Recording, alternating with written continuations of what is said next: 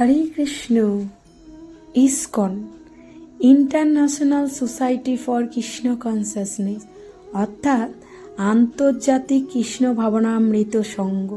এই সংঘটি 1966 সালে new York শহরে এসি ভক্তিবেদান্ত শিল প্রভুপাদ দ্বারা প্রতিষ্ঠিত হয়। এই সংঘের উদ্দেশ্য মানব জীবনকে কৃষ্ণের ভাবনায় ভাবিত করে কৃষ্ণময় করে তোলা।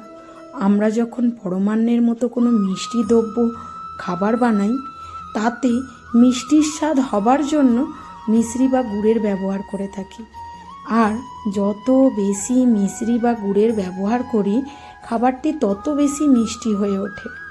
ঠিক তেমনই আমরা যত বেশি আমাদের জীবনে কৃষ্ণের প্রতি আসক্তি বাড়াবো, কৃষ্ণ ভাবনাময় হয়ে উঠবে আমাদের জীবন। আর আমরা জীবনে অমৃতের আস্বাদন পেতে পারি। হরে কৃষ্ণ।